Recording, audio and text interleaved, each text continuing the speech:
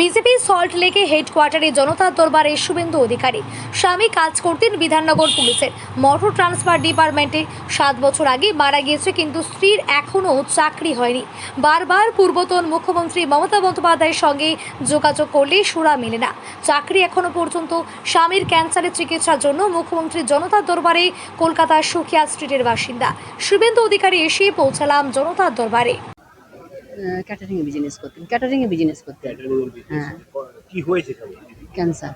Cancer হয়েছে। হ্যাঁ চিকিৎসার জন্য সাহায্য। হ্যাঁ, আশা রাখছি যদি সাহায্যের কিছু হাত বাড়িয়ে দেন। কোথা থেকে এসেছেন?